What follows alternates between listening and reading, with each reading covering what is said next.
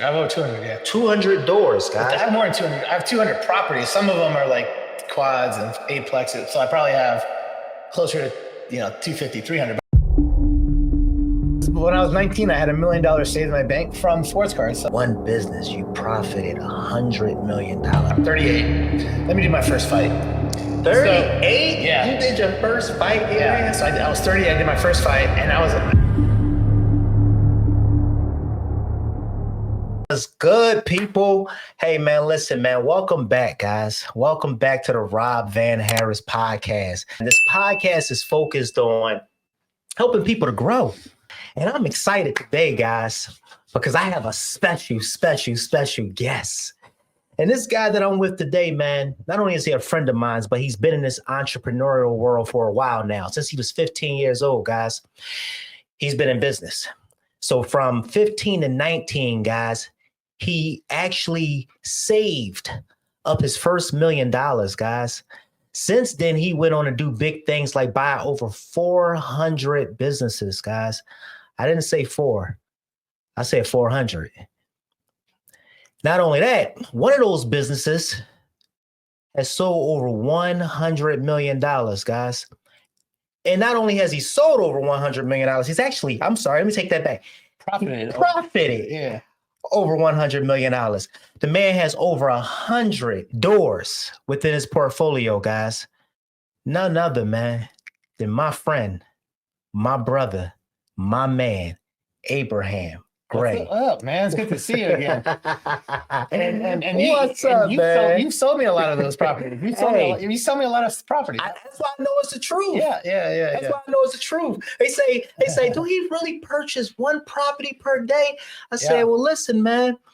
My team, just combined, we did 62 transactions last year. That's a lot. And that's more than almost anybody. Yeah, it's a lot of transactions combined though, fixing and flipping. We do a lot of fixing and flipping. That's a lot. But we have, my son. He runs a lot of properties that we buy and that we may not, be able to for whatever reason. Capital may be tied up, man. We go ahead and we send them to friends like Abraham Gray, and that man buy a lot from from that department. So I know he's telling the truth when he say he buy almost one property a day. And even me, like I got plenty of money, but I still sell a bunch of properties off to other people because I can't do them all. It's capital. Yeah. But it's also how many good crews you have and just, the market and everything else. You've got to turn stuff. So the more you turn, the better. That's it, because you're keeping capital tied up, especially when you're doing stuff at a high volume, especially the high volume that you're doing, man. It just don't make no sense to be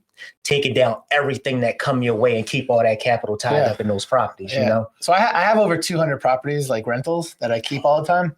And I'm buying right now closer to 15 properties a month. Back in 2021, when the market was stupid, 2022, I was buying 30 a month. And then it got down like in toward the end of 2023 is when it slowed down. And then I went down to like 15 to 20. And I've been the year after 10 to 15. Now I'm back to about 15 a month right now. That's I looked this whole year and I've bought like almost 100 properties so far. So, just right at 15. And that's so hold on. We about to dig into this. We're about to dig into everyone was I pay cash for. We only halfway through the halfway mark. You already went over 100 properties already. This year, I've bought. I'm right at like 95 properties for the year. Crazy. Yeah. Before we go ahead and start building this house, man. With everything comes with to build a solid empire, you have to start with a sturdy foundation. Of course. Right. So let's go back. Man. Where did this whole entrepreneurial mindset, investing, where did that start from with you? So when I was young, like 1 year old or whatever, my parents got divorced. And I ended up living with my mom for a while. And then that didn't work out. I was kind of a troublemaker and she couldn't handle me. She was a single mom. She was working. She wasn't home that much. I ended up moving with my dad when I was about 9 years old. He got married right when I was 9. So now I had a stepmom. We kind of didn't get along. I mean, she was nice, but you know how kids are with a new mom. She's kind of weird. So that lasted like 2-3 years. And, I was gone. I ended up moving in with foster families. So since I was 12, I always lived under different foster families. And I was a troublemaker. So I went to one, lived there 6 months, 3 months, whatever it was, got in trouble, went to another one. And then eventually I ended up in a boarding school, and I stayed there for about a year and a half. And then I got moved out and I went to a different foster family, and then another one. So I had multiple, and every single time I lived with someone, I basically had to do whatever they told me to do. Like, first of all, I was a kid, but also I didn't have my own money. I didn't have my own stuff. You have to listen to someone. They're feeding you. They're taking care of you. So you have to listen to them. And I didn't like listening to anyone. And then I realized as I got older, 14, 15, 16, I started doing some stuff to make money. And every time I had money, I didn't have to listen to people anymore, or I had to listen to them a lot less. So the more money I had, the more control of my life I had, and the less I had to listen to people, and the more I could do my own thing. It was kind of like freedom.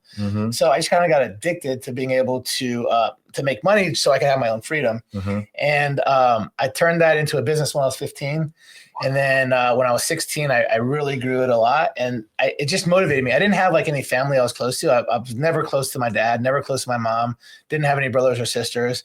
I have some, like, my mom never had any other kids. My dad had 4 other kids, but I never even knew them. They were the next oldest one after I'm the oldest. The next oldest one my dad had was my stepmom. I was 11 when he was born, and I moved out of the house right after that. And then I didn't even know the other ones my whole life. I actually, kind of know them a little bit now, and one of them actually moved to Atlanta and like over 10 years ago. Now we're closer, but at the time, I had nobody, no family, no nothing. I wasn't close to anyone. So what did I have? I had myself. So I wanted to keep making that money and keep being able to do, because every time I made more money, I was able to do more stuff, and I had more freedom. I was able to get what I wanted and have to, like, okay, you're not going to buy this from me. Well, I'm screwed. No, I could get it myself. So that's what pushed me. And then I realized the most successful people are the people that have the most money, obviously the people that are happiest. And I knew I could control making more money if I just figured out ways to do it. So I started with business and just kept doing more and more business and more and more business. And then, of course, my early 20s is when I got into real estate. I started to diversify more. Wow. But yeah, if I lived with my parents my whole life and didn't have all these like crazy things, didn't have all these foster families, boarding schools, and just this weird life, I don't know, I probably would have maybe gone a different direction. Brother, I've known you for years. Yeah. I never knew that about you, man. Yeah. I have no family I'm close with.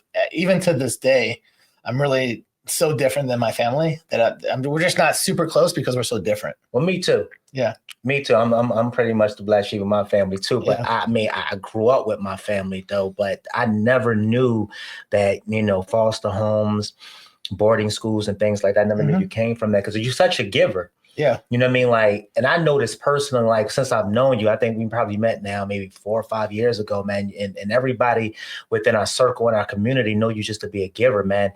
You never, because a lot of times when you hear people that come from rough backgrounds, especially, they never had anyone to glean to that was a giver.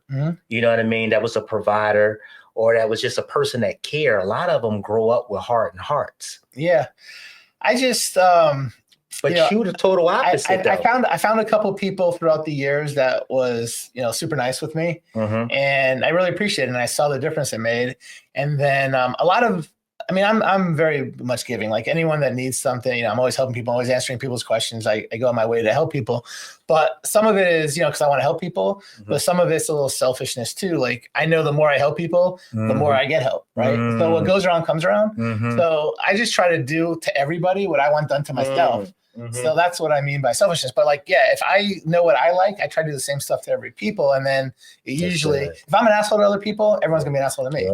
If I'm nice to everyone, typically nice people to me. So that's the way everyone should live. Like, they should live the way that they want people to reciprocate. Abraham is someone that's not only been around for a long time, but if you guys missed the intro, he's been doing this thing since he was 50. He got into a business. He had his first business when he was 15.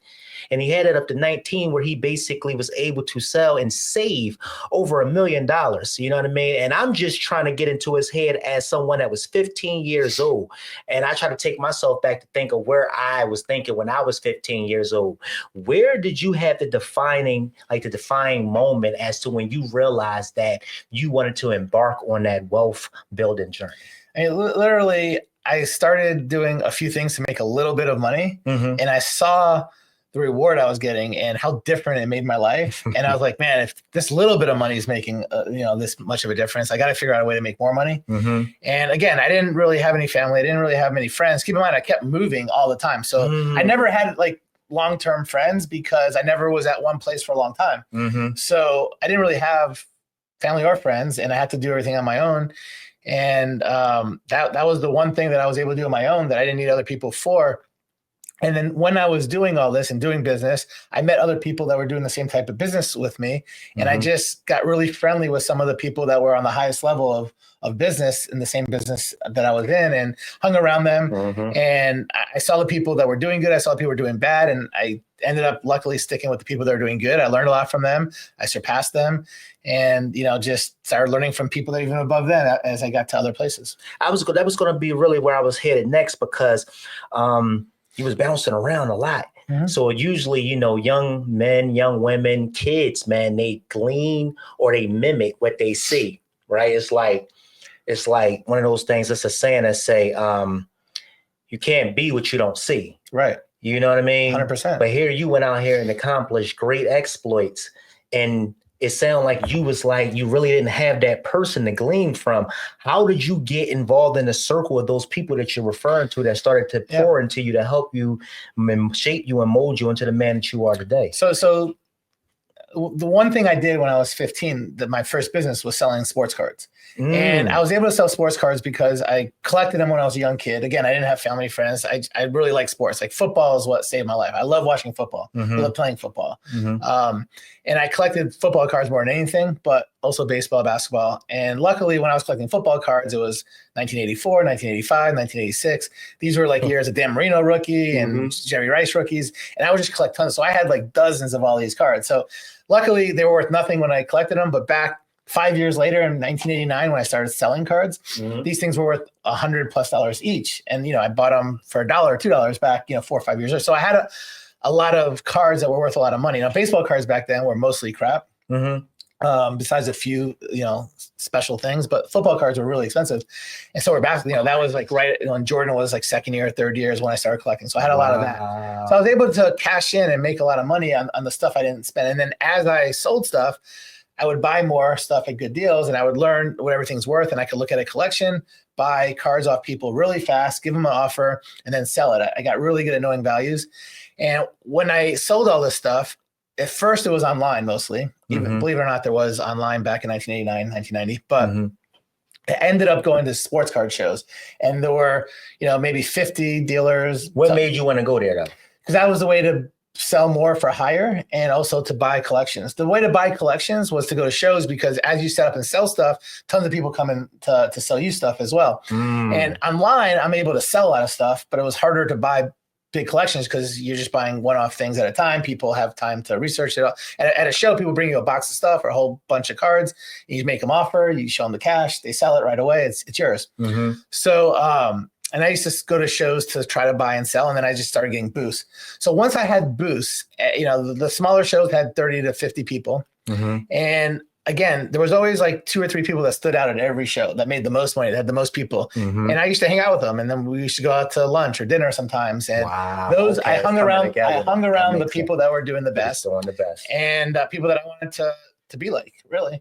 And that's what it was. And then as I got into bigger shows, I did that with the people that are even higher level, because I started off just doing local shows in Atlanta, and eventually I started doing shows all over the country. But yeah, as I got better, I was able to go to bigger shows and bigger things. And I learned my craft very well. Like I'm not really good at a lot of things. Honestly, people think, oh man, you're so good at so much stuff. I really suck at most things. I'm just really good at a few things. And that's it. Like I'm not great at a lot of stuff. Like literally you'll be surprised how stupid I am at most stuff. But the things with business and the things with real estate that I do, I feel like I'm the best at it, and there's not many people better. So, but the other 99% of stuff, man, everyone's smarter than me on it. But that says a lot, though. And it explains a lot, because those same tools and the same skills that you developed in the collecting cards business, you still apply that to real estate. Because you go to a lot of networking groups and stuff, and I take it you built over the years, you've built a ton of relationships through that, which now has poured into other businesses like buying businesses and lending and buying properties off of people. So it kind of, let me ask you this. What was, because you do a lot, man. Mm-hmm. You do a lot. And I know this because I personally know you, but for those who don't know you, let's catch them up to speed. You buy properties. Mm-hmm. You do a lot of fixing and flipping. Mm-hmm. You have a lot of rental properties. Again, if y'all missed the intro, this man has over 200 doors. I have over 200, yeah. 200 doors, guys. I have more than 200. I have 200 properties. Some of them are like quads and eightplexes. So I probably have closer to 250, 300, but I have 200 properties, like addresses. 200. Yeah. So we ain't even talking doors. I'm just thinking all together, as in multifamily. But I have very little multifamily. I used to have like a lot of multifamily that like 100 doors and 50, but I got rid of all that. Now I have the biggest thing I have now, I think, is only 8 doors. But I have, a few 8 doors, a bunch of 4 doors and 2 doors, but most of my stuff single family. So real estate, you're doing lending and you buy businesses. Yeah, those are the three things I do. That's it: real estate, lending, and business. But what was your? Let me ask you this: what was your first? Because I know you talked about the cards thing, but coming from out of cards, like what was your first major business that you? So what do you consider major? I mean, I made when I was 19, I had $1 million saved in my bank from sports cards. So that's and this is back in like 80. I started in 1989, and by the time 1994. Mm-hmm. I already had $1 million saved. So in 1994, $1 million, I don't know what that competes to today. What $1 million in then was at that now. time was But that's what I had. Equivalent to a whole lot more at that time. And then so the next business I got into was another collectible, which came from doing these baseball card shows. These women started selling Beanie Babies at these baseball card shows back in 1997. Mm-hmm. And I'm already like 22 years old. Mm-hmm. And I'm like, what are these ladies selling Beanie Babies at a baseball card? This is the stupidest thing ever. And then all of a sudden, I was making fun of them to where they had more people at their booth than me. It was crazy. I was like, why? And so I went and hung out with a couple. Now these are middle-aged women. I'm like in my early 20s. They're like in their mid 30s and 40s. Mm-hmm. But whatever, I just like curious. And they told, I started talking to some, made friends. They showed me how they got them, and they were showing me what they were selling them for. I was like, holy crap. So I literally, for like about 6 months, started doing Beanie Babies with baseball cards. And at shows, I would set up half baseball cards, half Beanie Babies. And then I said, screw this with baseball cards. I'm going all in on Beanie Babies, because Beanie Babies were 5 times, 10 times more profitable than baseball cards. Beanie Babies. It was crazy. This is from 1997 on. Crazy. And I did it for like 6 years at least. And I went from making, saving $1 million in Beanie Babies to making and saving $10 million in Beanie Babies. From baseball cards $1 million to Beanie Babies, like I had $10 million. By the time I got Beanie Babies, I had $10 million. And that's, not all cash, but like between cash and real estate and just, all the different things I had. So I was like, shit. And then I just went from that to something else, and then just got into all kinds of businesses. When I was in Beanie Babies, Pokemon and Magic the Gathering and Yu-Gi-Oh! All these things became really popular. So I started doing that, and then had websites, then started buying other people's businesses, combining them with mine. And after that, I just got into a lot of other types of businesses. So I think a lot. Yeah. Tim said 1 million at 19. Woo. Yeah, Tim, he was the man. He saved. He didn't just make, he saved up 1 million. Saved $1 million. So he had that in the savings. And I think that a lot of people that's just starting out, right? They hear that, man, 1 million at 19, one business, you profited $100 million. I think, again, you can't be what you don't see. Mm-hmm. And the people are not in the room, because I hear this all the time. Like, how do I get in the room, Rob? How do I get around people like you and Abraham, right? Like, because again, you need someone to glean to, or something to glean to, or even be influenced by, or you can even, spark the thought in your head that that's even possible. There's a lot of ways to get in these rooms. I mean, it's just not that hard, honestly. So a few different ways. Whatever you're doing, you find other people are doing it at a higher level, and hopefully you're doing good and they're doing good and you can do it with them. But let's say you're not doing good and you want to get in these rooms. Mm-hmm. You find ways to bring value to the people that are doing good. Like it's so easy. Like the people that I learned the most from, or that were like way more higher level than me, that I was like, I can't go up to them. They're just way above me. Mm-hmm. I just figured out ways to help them make more money, to help them make their life better, to save them more time. And I did stuff that they weren't able to do without me, that helped them. And because I did that, they took me in, they taught me more. We did more stuff together. And before you knew it, now I'm on their level. So you could be like 10 notches down or 100 notches down.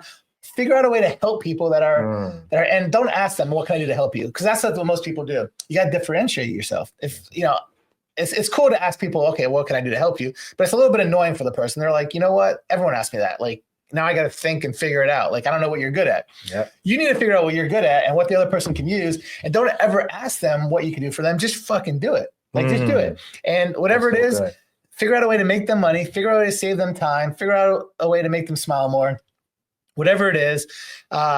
And before you know it, you'll be in that room, and then that'll bring you to other rooms, and you'll be in bigger and bigger rooms before you know it. It's literally, this whole world is a game. The game is to figure out ways to help people and to figure out ways to build rapport with people. If you could build rapport with people and get people to like you, there's nowhere you can't be. Like, who would not want somebody to be around them that they like? I mean, if you like me, you'd want me around you all the time, right? If I'm able to help you, if I'm able to help you, whatever, you'd be more happy in your life, make more money in your life, have more time in your life, whatever it is, you would want me around. So if you can figure out ways to build rapport and get people to like you, there's not a single room you can't be in. And every single person that's way higher level than me, even people that are higher level than me right now, I figure out ways to help them. I figure out ways to build rapport with them, and they see I'm genuine. And then before you know it, now I'm in those rooms.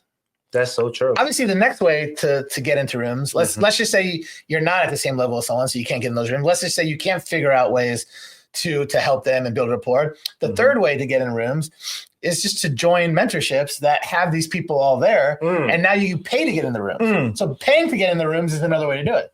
Take them notes, guys. Yeah. He just dropped like 3 major gems, guys. So let's back up some. He said, look, it's easy to get into the rooms, right? 1, you could pay to get in those rooms, and you could get around people who has already gone the distance, right? And you don't have to reinvent the wheel. They already have a written blueprint, and they hand it right over to you and basically help you to basically take the elevator instead of the stairs. And then he talked about networking groups. A lot of these people are right there in networking groups, guys, to where they have these all over every month, weekly. You know what I mean? And these people, a lot of these people are, some of them have already gone a distance, is doing major things like Abraham. Some of them are up and coming. And then what you do is, he mentioned more importantly than all of this stuff, guys, is he's a giver. And I tell you guys, when you give from the place of abundance, you will surely live from the place of abundance. He give with no cruel intentions, no ulterior motives. Now, yeah, you know, I'm gonna scratch your back, you know what I mean? And now I want you to come around. I want you to scratch my body. You know what I mean? It's like, no, like, look, what can I do to be an asset? And I'm telling you, in this world, that's what helped people to do great exploits. That's what helped you to skip the line. Being a giver, man. Yeah. Because it's inevitable. It's inevitable for you not to have people that want to genuinely just come along and help you. That's why I think that's why you thrive so much in business, because people naturally want to help you, Abraham, because you're just a genuinely good person. And it's true. And you can tell someone's genuine or not if you're around them enough. But I literally help people all the time, and I never expect anything. Even though I don't expect anything, I always get stuff, you know. And then the few people that don't give it back, eventually, you know, those aren't the right people. They're negative or takers. You don't want to be around takers all the time. You don't want to be, you know, and someone doesn't have to give back. They just can't be a taker and like just drain your energy. But yeah, you never should expect anything back, but just naturally it happens. You know, the most successful people that I see, there's a lot of traits, but one trait is very easy. Don't allow people that are negative around you. Like, I don't care if it's your family, it's your mom. Come on now. I don't care if it's your son and daughter. I literally don't see any super successful people have anyone negative around them. Come on now. Ever. Never. What happens if you have negative people around you? You're going to start being negative, or you're not going to be in a good mood. You want to be in a good mood and smile and happy all the time. That part right there, man, because we have a limited amount of energy that we can pour out in a day, right? Yeah. So I tell people, like, you have to become a pro at saying no. You dig what I'm saying? Yeah. Because people will try to make their emergency your emergency. Yeah. And they expect that when they call, you know what I mean, you're supposed to just drop everything you doing just to basically come to their rescue. You know, you gotta basically you have access to the same tools and resources that I have access to. The only difference between me and you is that me and you went out to get it. Yeah. You know what I mean? And we are a reflection of us putting in the work. What they see today is the work that you put in. Those 200 plus, 300 plus buildings and doors didn't just magically appear. You had to work for that, man. Hey, bust your ass. Work your behind. And here's what I see too. And we want to tap into this because I don't want to forget this. That you've built this portfolio, and a lot of people, I think, when they hear stuff like that, they compare themselves amongst themselves. Meaning we're in a room together and they had 300, but I'm only at 3, bro. But 3 is fine. I mean, I started my first property that I own right now. I bought in 1998. 1998. So that's 27 years ago. And then there's years I buy a lot, and then I used to go like 3, 4, 5 years not buy anything, and then I'd get really aggressive again. Then I wouldn't. It was basically like when the real estate market was really good, I was aggressive. When the real estate, when it died, I was a lot into business because I've always done tons of business, even throughout real estate. So when real estate's really hot, I really got dug crazy into the real estate. When the market went down a lot, I would buy real estate and keep it as rentals. When the market went high, I wouldn't keep anything as rentals. I would just fix and flip everything because the prices were too high. So most of that was your Mac machine too, though. Yeah. The fix and flip was your ATM. Yeah.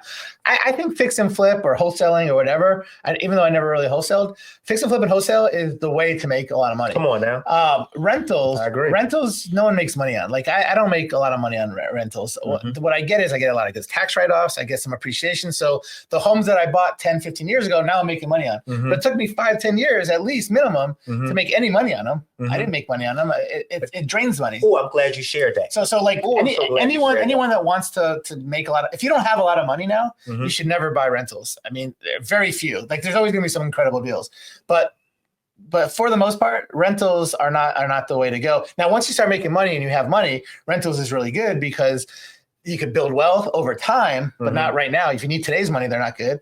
But besides, over time, you could also have really good tax write-offs and all kinds of other benefits. But yeah, anyone that I see that has no money is like, oh, I want to do rentals. I'm like, okay, but you're not going to make much money right now. Fair for them. I think they injure themselves before they can even get the ball rolling. Because here's the thing. I look at that like this. And when I'm saying comparing themselves amongst themselves, that they want to basically get to the part where they like only have 3, Abraham have 300. I want to get to 300 like Abraham. And what they do is they avoid the other steps that you had to take to be able to start buying those 300 properties, right? Let me tell you how I did it. So I prefer always to buy and sell. Like that's my first thing by far. Liquid. I like buying and selling. That's how you make money. I make 30,000, 40,000, 20,000, 60,000. Boom, boom, boom. That's real money. Rentals, you're lucky to make a few $100 a month.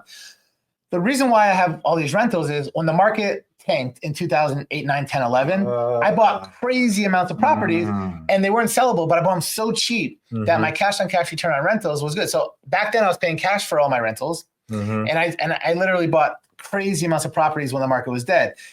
From 2008 to 2014 is probably where I ended up with 65% of my rentals I bought in those years. The other 35%, the market started getting better. So I don't like buying rentals when the market's better. So how did I end up buying all these properties when the market's better? Because I still add 1 rental every month, sometimes 2, but maybe 1 a month.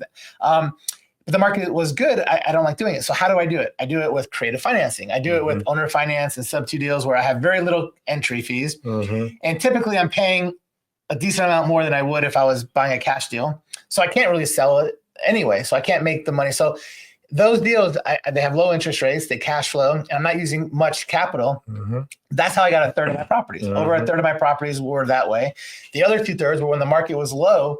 I just bought tons of shit for cash because the market dropped. Like literally homes that I bought in 2009, 10, 11 for 10, 15, 20, 25,000. I have tons of them are all worth 250, 300. Like they're worth 10 to 15 times more. So the rent didn't go up drastically. Like every year the rents go up a little bit, but the rent when the market crashed and properties went from being worth 250,000 to 25,000, which happened overnight almost. Luckily I wasn't fixing flipping a lot then. I was doing all kinds of other stuff. But I started just buying tons of rentals because I was like, holy shit. Like yesterday, it was worth 250,000. Now it's worth 25,000. This is like, and the other thing that really happened really well. This was like 2007, 8, 9, 10, 11. Yeah, That's when I was making the most money I ever made in my life in business. And that's why I wasn't doing real estate so much. That's why I wasn't in the fix and flips. I was making way too much. That's the business that I made that $100 million profit in, was in a 7-year span from 2007 to 2014. So I wasn't even screwing with real estate. I didn't have time to real estate. I was making too much money in business. So it was kind of a little bit of luck too. I wasn't doing fix and flips then because I probably could have got hurt a little bit if I was doing a lot. But I just started buying tons of properties cash, 20,000, 15,000, 10,000, 25,000. Nothing was more than 30, 35,000. That was super nice.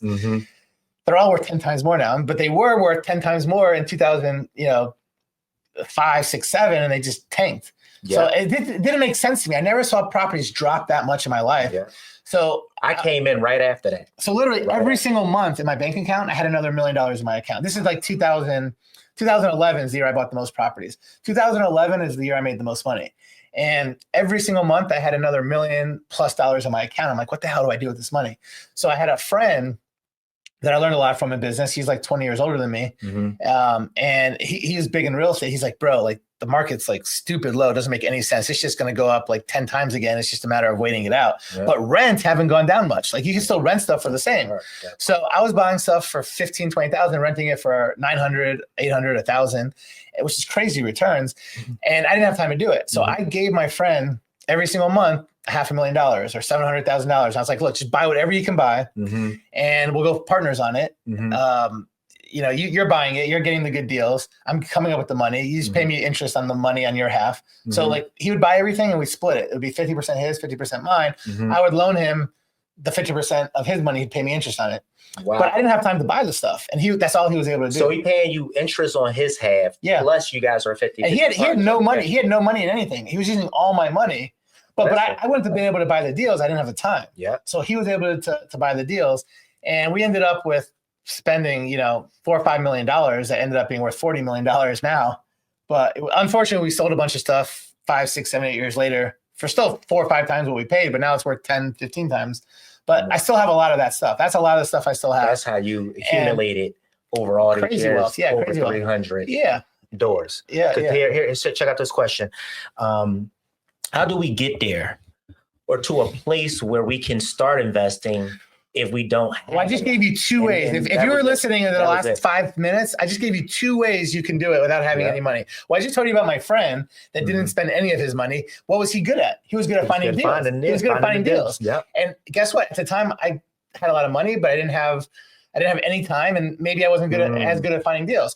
If you are good at finding deals, you could find people that have a lot of money that aren't good at finding deals that need to, diversify, and you could buy deals and do a similar deal I did, or however you want to work it. So that's one way. The second way is what I talk about. How did I buy a third of my properties? I told you how I bought 2/3 when the market was shit. And how did I buy the other third? You basically said I bought the other third, owner finance. Owner financing and sub 2, creative financing deals. And how much money do you need for that? Very little. Actually, very little. Very little. And the little bit of money that you need, you could get from people if you have any rapport with anybody, and you could show them that it's a good deal. What mistakes have you made in the real estate industry, and what did you learn from those mistakes? Yeah, I mean, I would say the mistakes that I've made, luckily I haven't made a whole lot because I learned from other people that made mistakes.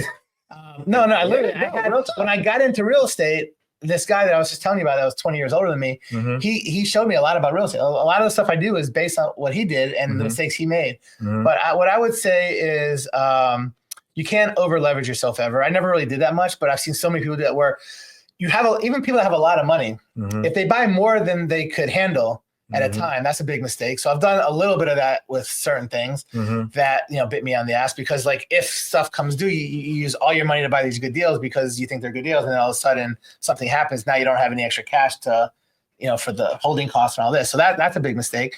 But the biggest mistake by far is doing stuff in real estate. And I've made this mistake many times. Hopefully I don't keep doing it, but I sometimes I do. I get into deals that I shouldn't be getting into. Why? Because it's not in my buy box. Like I am really good at certain things in real estate. I'm really good at single family. I'm really good at anything in Atlanta.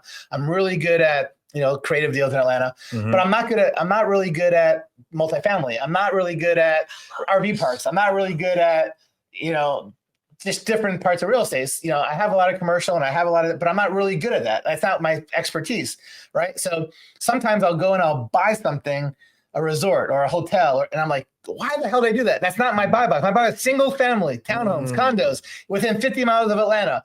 And every time I buy something that's not in my buy box, and I do it because it's like, man, it looks like such a good deal, but I don't know shit about a hotel. So why am I buying it? Because someone told me it's a great deal and it just looks cheap. And I buy it and then I'm like, you know what? Maybe I got a good deal on it, but how the fuck do I run it? How do I do this? And now I'm like, it's falling apart because I don't know what I'm doing. So those are probably the stupidest of things I've done. You should create a buy box and only do stuff in your buy box. And what should be in your buy box? Whatever you're really good at and Wow. If you don't know it, it shouldn't be in your buy box and you shouldn't buy it. Bro. I don't know how many things you've bought that you shouldn't have bought because they weren't in your buy box. Story. You just now gave my story. Yeah. That is my story. I'm dealing with that right now. Take this one, Abraham, right here. You just told my story, bro. Yeah. Check this. What the hell did you buy? You bought something stupid? My gosh. I have plenty of time. So here's the thing. When you in our world, especially when you learn sub 2, novation agreements, and all of these creative ways that you can accumulate assets. Yeah. Because the thing about when you're fixing and flipping and wholesaling and things like that, you bring in a lot of liquid. You bring in a lot of cash. When what happens is that you start making money, you're put in a position that you have to start buying properties and holding them so that you can get depreciation from it, right? Cash flow and all that is good, but depreciation when you're buying properties at a high level and you're flipping and you're making $50,000, $60,000, $70,000, you got to understand, Uncle Sam coming for his half. So when you go to a different tax bracket, let's just say you go and you do $600,000, right? And flips. You in a different tax bracket at that point. Uncle Sam going to come in and want his 30, 40%. And then when you look at it like, well, I'm out here busting my tail and I'm out here having to pay 6 figures in taxes. It's crazy. And then you find out about depreciation and you find out, oh, wait a minute, I can write off 7 years up front at 27.5 of the purchase price. Mm-hmm. And then I didn't even buy this property. I got this property at no money down. Yeah, it's crazy. Back when I was making crazy money, in those days. So that's why I got hurt, to answer your question. Yeah. I bought a bunch of properties and I bought stuff that I shouldn't have been buying. I'm stuck with, even to this day, I'm crawling out of that. What kind of stuff? Just buying properties because I was getting in them low money, no money down. And then those properties needed $80,000 in work. Yeah, and they're sitting. Yeah. And I'm like, I told you about my guys, you know what I mean? All this stuff I got that's just sitting right now. And I'm like, what the hell, man? You got to figure out your buy box and do it. But by the way, Tim asks, what would you suggest to someone who's working check to check and want to make it to a financial stable spot? Mm-hmm. Get around people that are in a good financial spot and doing the same type of industry that you like doing, and help them figure out a way to bring them value, figure out a way to build rapport with them. And before you know it, you're going to be able to do what they do, and they'll be helping you and potentially partner with you or partner with their friends or partner with similar people. But you're never going to be able to do anything without hanging around the people that are doing what you want to do and figuring out ways to bring them value. Like, you can hang out with them, but if you don't bring them any value, it's going to be very hard for them to teach you anything and learn from them. You start bringing them value, they're going to want you around them, and you're just going to literally learn from them just by being around them. And then they're also going to teach you because they like you. Yeah, I totally agree, 1,000%. And Tim, here's my take on that too. And guys, remember to like, comment, share, subscribe, guys. Hey, so here's my comment. I would say, Tim, find one. I noticed Tim show up every week too. He show up every podcast, and I don't even know Tim. Tim said he met me from off of TikTok or something, or he watched one of mine, but he's here every week. So Tim, you're doing the thing, right? So find that very thing that it is that you want to go out and specialize in. Let's just say it's wholesaling, right? Go to the people that's great at wholesaling. And in wholesaling, you can print checks, Tim, in 2, 3, 4 weeks like this and become good at that one thing. Don't try to take you trying to, I believe this, people try to scale too quick. They try to do too much. It's the shiny object syndrome. Well, Abraham over there buying businesses, Rob over there fixing and flipping. It's like, but yeah, you need money now. You know what I mean? And then what happened is the wholesaling business will eventually replace your 9 to 5, Tim, and then you look up and you like, dang, I'm making more money in wholesaling or bringing deals to Abraham or bringing deals to Rob than what I was making monthly or even yearly on my 9 to 5. And to be fair, a lot of people make a shit ton of money in wholesaling, but I think most wholesalers don't make anything. The reason why most wholesalers don't make anything is they don't know what they're doing. They do everything wrong. So about that, to be good at wholesaling, you either got to take these courses and really learn it and start doing it, or easier than that is what you just said. Get around the good wholesalers, figure out ways to help them, learn from them, and then you can do it on your own. You can do it with them. But the people that are really good at wholesaling make a ton of money. But a lot of people that do wholesaling don't, and a lot of people are like, "Oh, I'm a wholesaler. I don't make any money." Figure out a way to get with other wholesalers that are making a lot of money and figure out ways to work with them. And you're going to learn a ton from them if they're good. And you can start using their ideas and start even coming up with better ideas and using it on your own. That's how I did every business. I'm not smart enough to figure out how to do everything. I followed people and I helped people and I worked with people that were as good or smarter than me. And then I learned very fast because I saw what they were doing and I copied it. I don't mind. No, he's right about that. A lot of wholesalers is basically they don't want to pay for the mentorships. They don't even want to take out the time to get into the rooms of the networking groups and the things like that we talked about. So what happens is, they get out there and they watch things off of YouTube. People may be teaching the wrong things, and then they get out there and they make those same mistakes. When you can really, like Abraham touched on earlier, you can buy a mentorship with somebody that's really have a proven system, right? Or you can get in the networking room and up underneath the person that really can help you. Because guess what? You don't necessarily even have to be a wholesaler, Tim. You could be a bird dog for a wholesaler or a bird dog for a buy, fix, and flipper.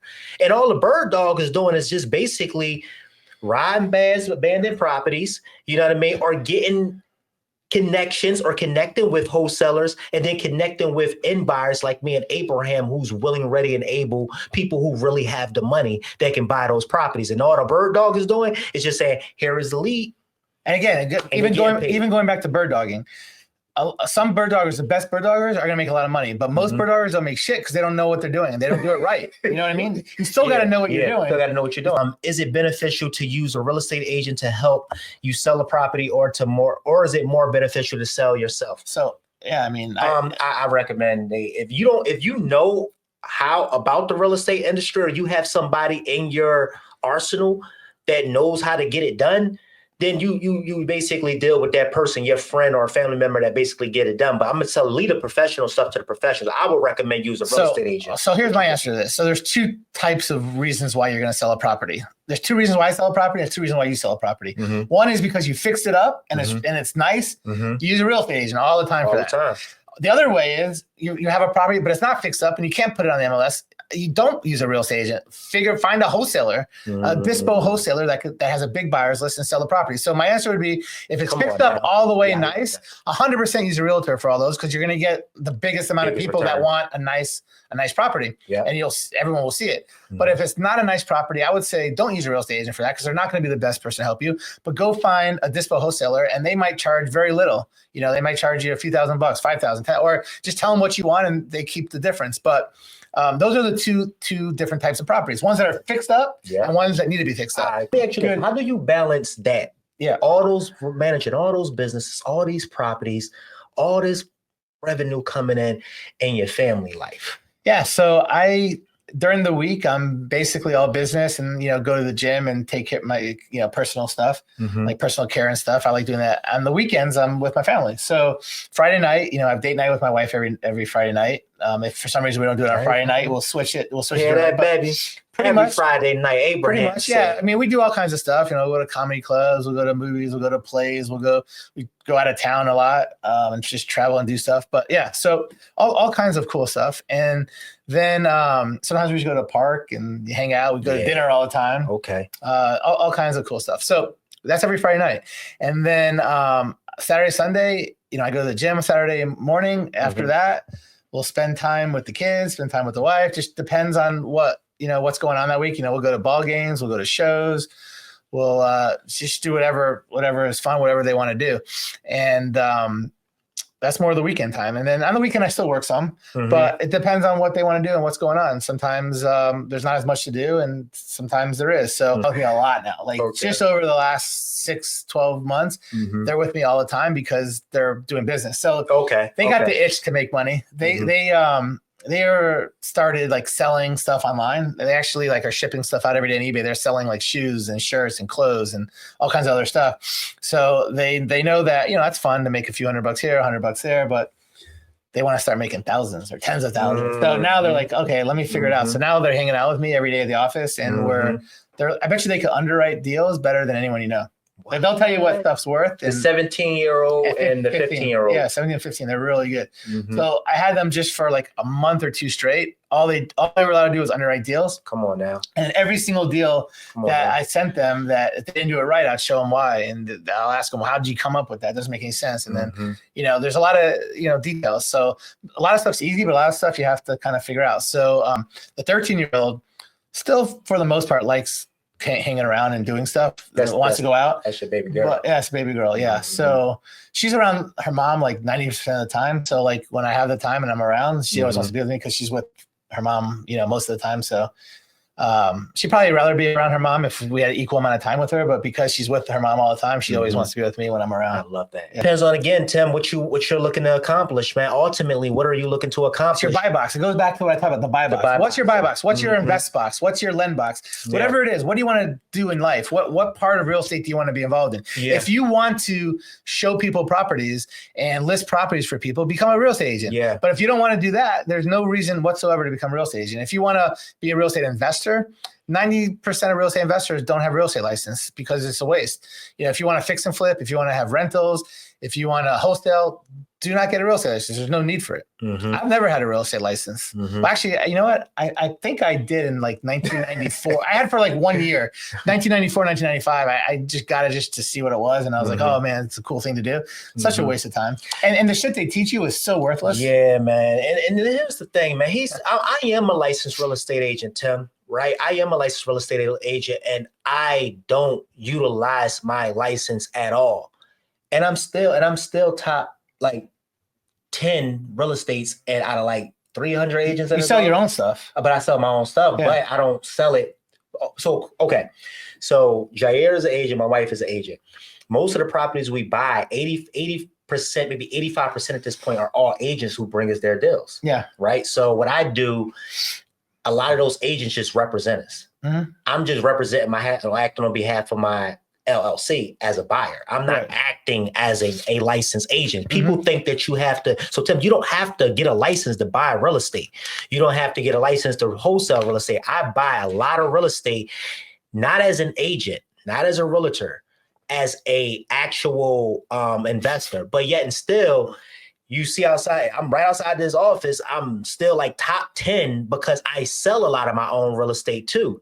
But that's only a percentage. That's like, that be blowing my mind. I'm like, how am I in top 10%? Well, I seen it yesterday. Because then the other 90% don't do anything. They're worthless. Like 90% of agents are I mean, they just don't do any business. They have a license, but they don't buy or sell anything. How would you define success?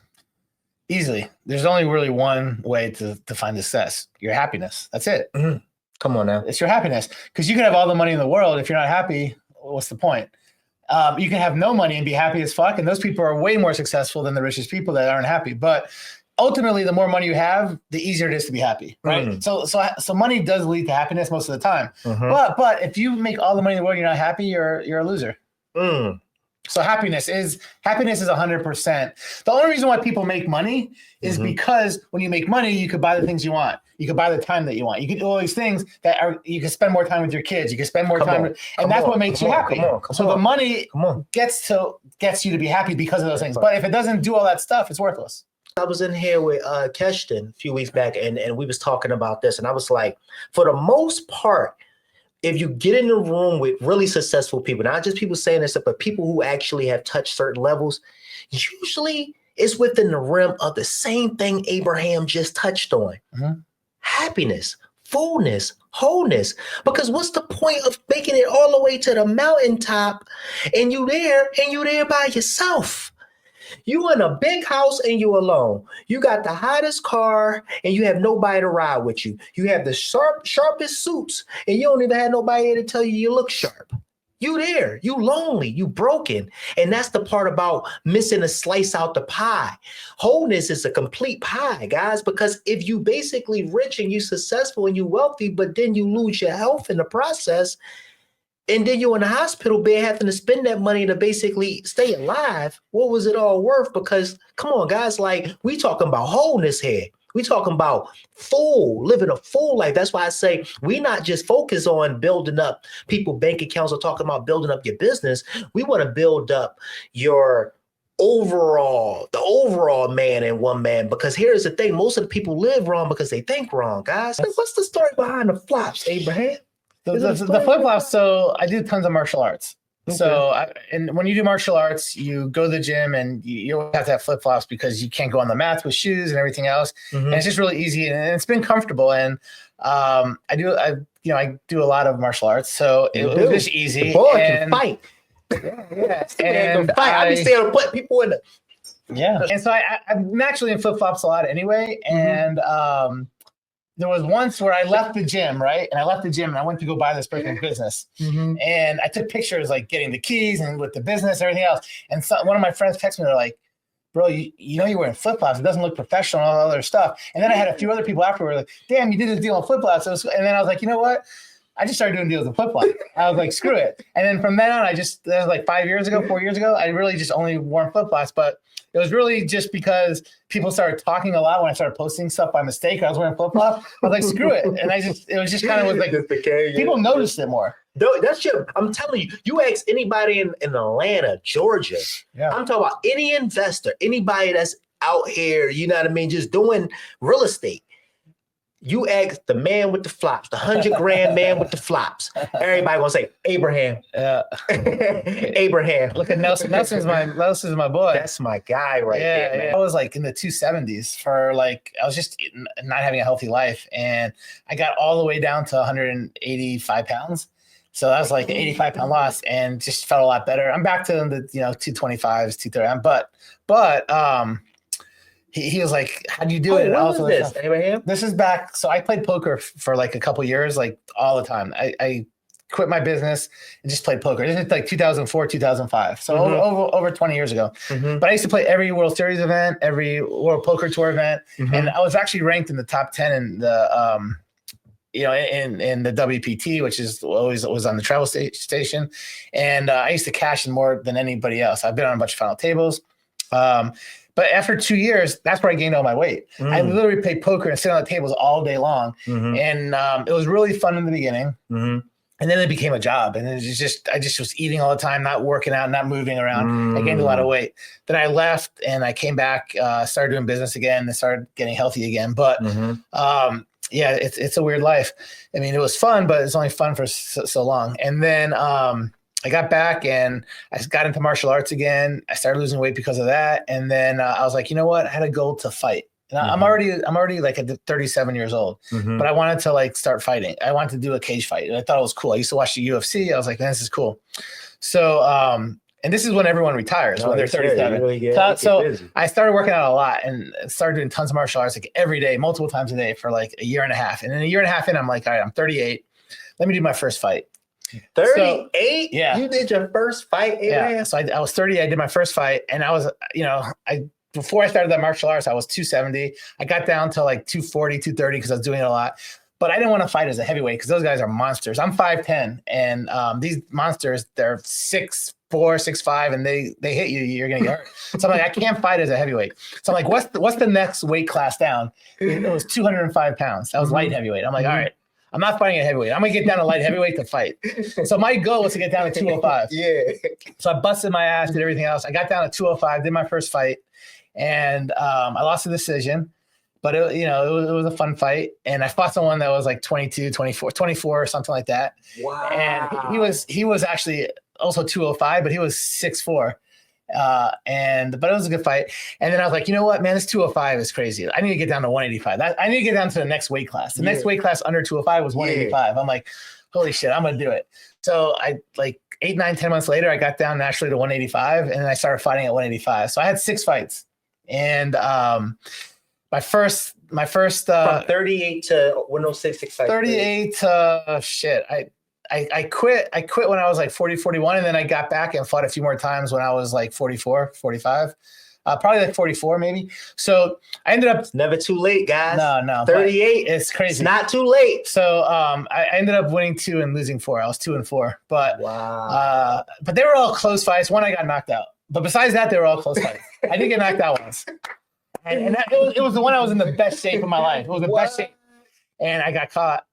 Yeah. So that's how life be though. Yeah. Sometimes you just feel as you're top of the mountain, you're in the best shape of your life, and then something come through and just knock you behind. Yeah. Knock you behind on your back. Yeah. You got to get back up though. You know what I mean? You got back up and continue to fight. Maybe not, but so after the knockout, you continue on with fights. Yeah. Okay. That's what matters. Get back up. I won some, I lost some, but like I said, I won 2 out of the 6 fights. So, but it was fun, and I got to prove myself something that I could do it, and it kept me in shape. So how do you stay motivated? So that's what people always ask. Why do you want to keep working? You don't need to make. I could literally never make a penny in my life and live better than anyone for the rest of my life. But here's the thing. Why do Elon Musk? Why does Jeff Bezos? Why do all these people, Zuckerberg, keep working? They could live a million lives and never.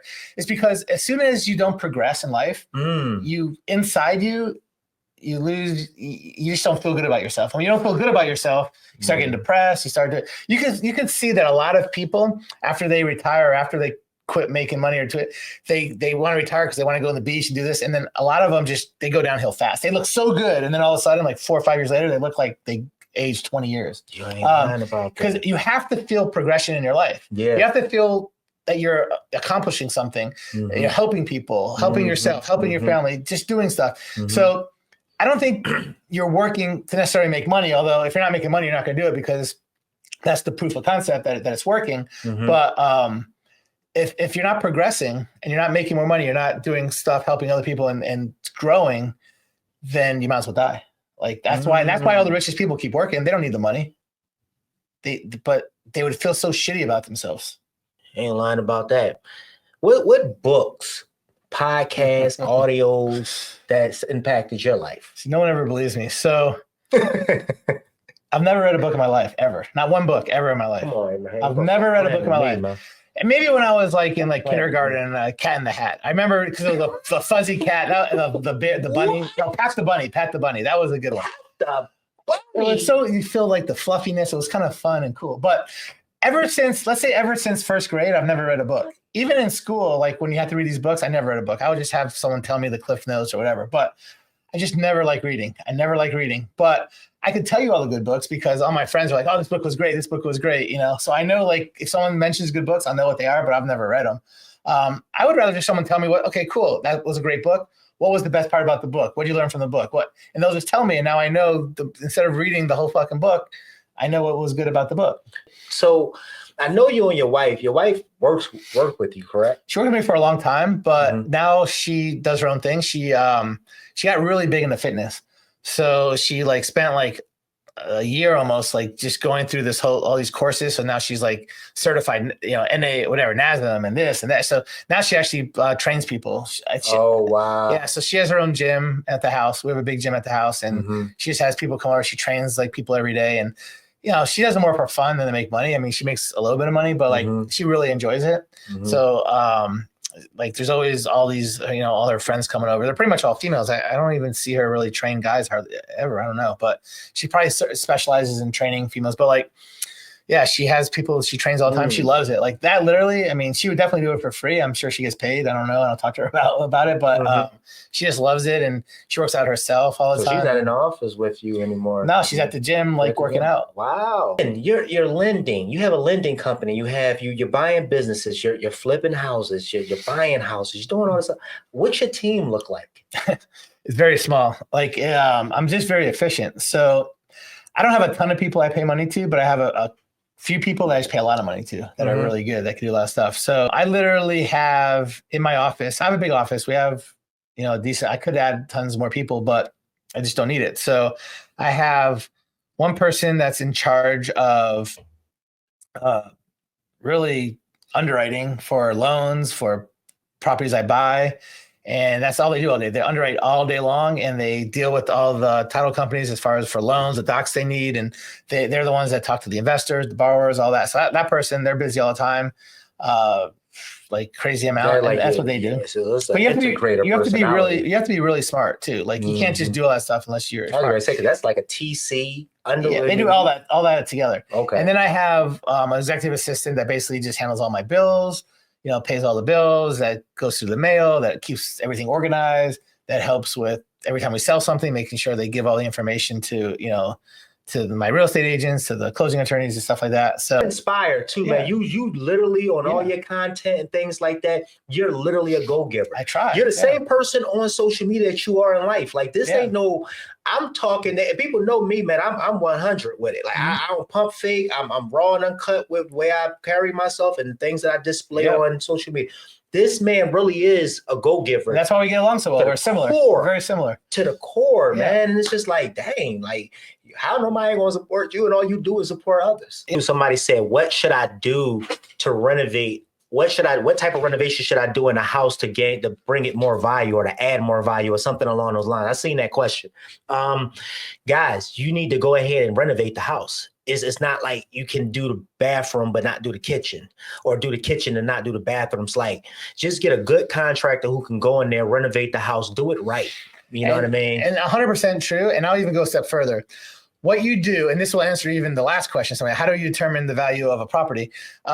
You've got to look at the value of property. You got to look at comps, right? So comps are other multitasking though. Other properties. No, but it's going to tie in together. So you look at other properties that are similar in the area, and that's how you determine what the value is. You're just comping other properties that are similar and what they sold for, and that's what your property's worth if it's similar.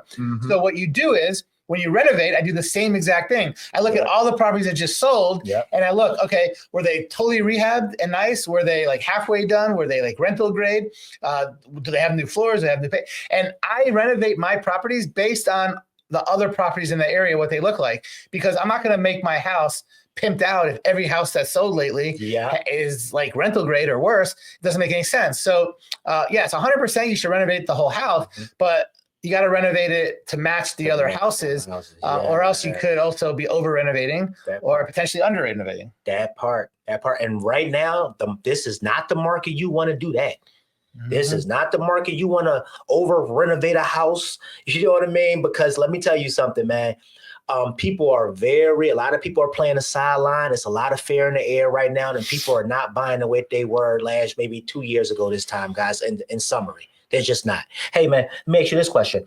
Knowing all that you know now, the years of experience, the lessons, the knowledge, what if you could go back and talk to that 20-year-old you know what I mean? What would you tell them, or what would you do differently if you can talk to that 20-year-old you? What is the things that you would do differently? I mean, obviously, I would do a lot more of what I know makes sense to do now. I would try to hang around more people that were successful. I would try to, like, I did it a little bit, but nowhere near what I should have.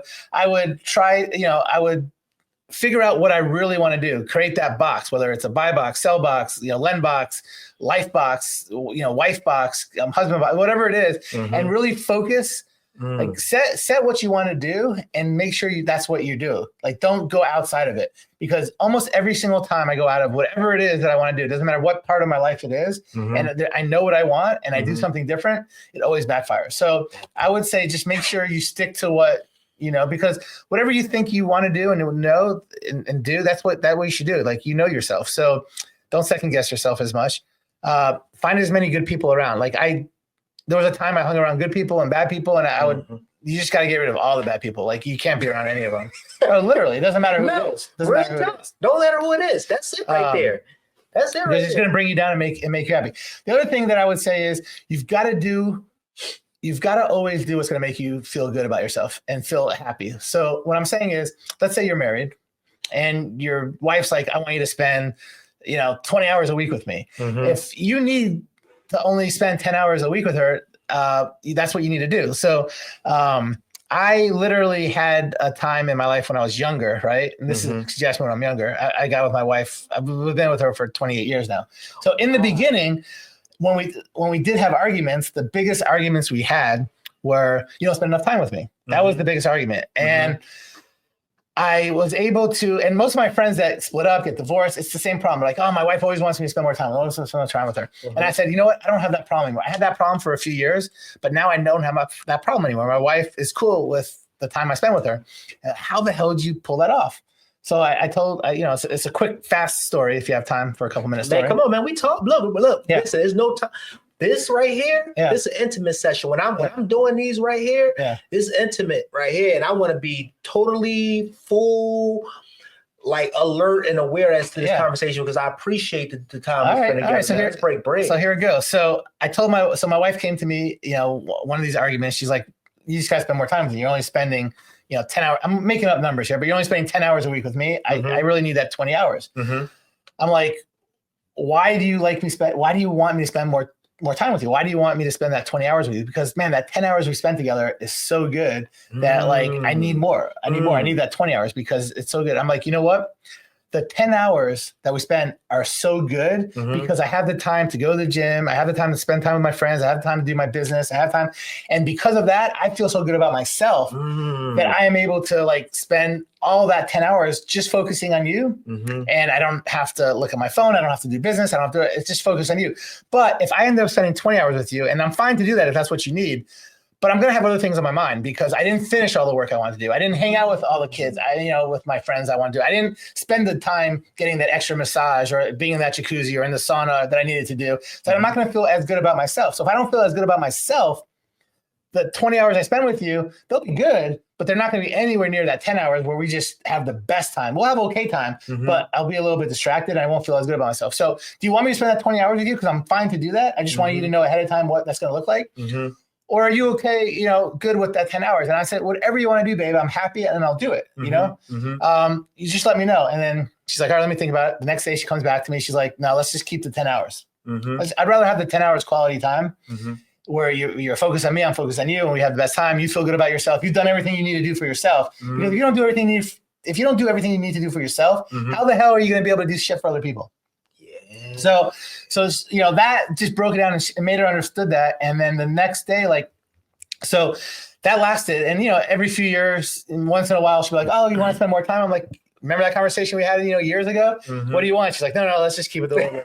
So that's how it's been. And we never get in arguments about how much time. And I know she needs her time and I need my time. And, that's, if she didn't have her time that she needed for everything she did, she wouldn't feel as good, when we're together as well. You have to feel good about yourself. So the question was, what would you do if you were earlier? Make sure that you do everything you can to feel as healthy, as good as you can for yourself, emotionally and everything else. And if you're able to do that, you can do that for other people. But if you don't feel like you've done everything for yourself, it's going to be very hard to do stuff for other people to the highest level. There's a lot going on in the world right now, brother. You know what I mean? Always. People is financially burdened, man. They trying to get this thing. They trying to build wealth.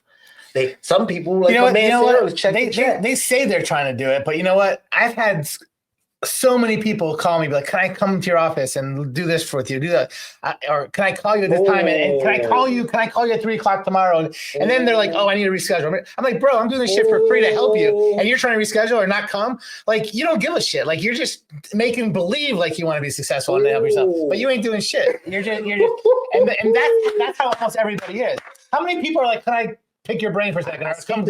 And nobody fucking shows up. I speak this language. They don't show up. It doesn't even help me. Like, I don't care if you show up or not, but like, don't act like you want to improve your life if you don't really. If you're not going to take real action. This has been a blessing, man. A lot of knowledge, a lot of relationship advice, a lot of business advice.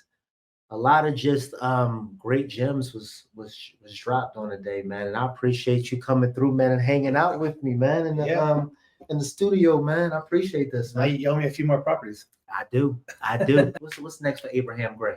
Next for me is just doing more of the same, and then integrating my kids into doing it. So you're gonna see a lot more of them getting involved, like you did with yours. Yeah, I love that, man. Hey, man, this has been great, guys. It's been great.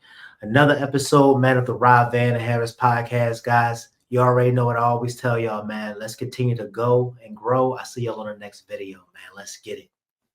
Peace.